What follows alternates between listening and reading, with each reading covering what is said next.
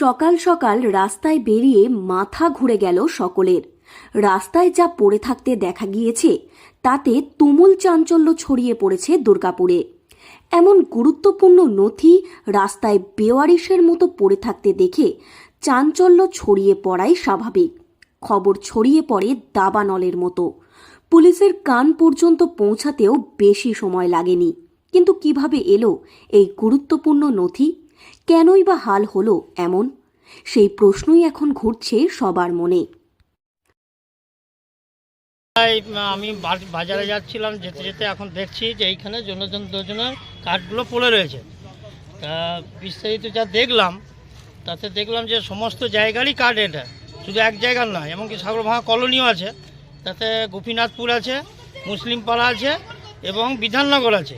তা দেখছি, সেই জন্য আমি এটা দৃষ্টি আকর্ষণ করতে চাইছি আপনাদের কাছ থেকে, যে আপনাদের দিয়ে যাতে এইটা দেখুক উচ্চতম যে প্রশাসন আছে, তারা যাতে দেখেন যে এটা কি আছে, কি পড়ে আছে।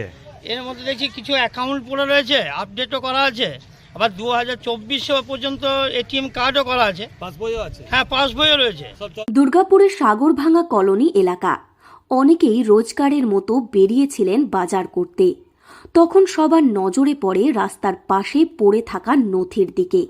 সেখানে পড়ে রয়েছে একাধিক বই, সঙ্গে রয়েছে কার্ড, যেগুলির মেয়াদ এখনো পর্যন্ত উত্তীর্ণ হয়নি।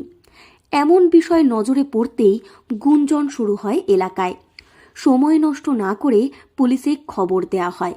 পুলিশ এসে সব নথি উদ্ধার করে নিয়ে গিয়েছে। কিন্তু আসলে হয়েছে কি নিয়ে এত হইচই দুর্গাপুর সাগরভাঙা কলোনি এলাকাতে?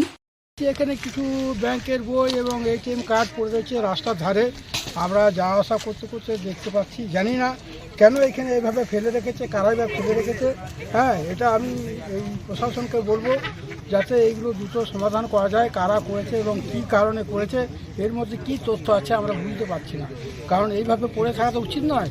হ্যাঁ, এটা সরকারি ব্যাংকের বই এবং এটিএম কার্ড এবং এটিএম কার্ডের ফটো সমেত আছে। এইগুলো যদি প্রশাসন ইচ্ছা করে, এইগুলো নিশ্চয়ই আশা করি আমরা এগুলো ধরতে পারবো। সেখানে সকাল সকাল উদ্ধার হয়েছে ব্যাংকের একাধিক পাসবই এবং এটিএম কার্ড, যেগুলিকে রাস্তার পাশে স্তূপাকৃতি অবস্থায় পড়ে থাকতে দেখা গিয়েছে। স্থানীয়দের দাবি, যে সমস্ত পাসবইগুলি উদ্ধার হয়েছে সেগুলি চলতি বছর পর্যন্ত আপডেট করা হয়েছে। এমনকি যে সমস্ত এটিএম কার্ডগুলি রয়েছে সেগুলির ভ্যালিডিটিও রয়েছে এখনো পর্যন্ত। দুর্গাপুর থেকে নয়ন ঘোষের রিপোর্ট, লোকাল 18 বাংলা।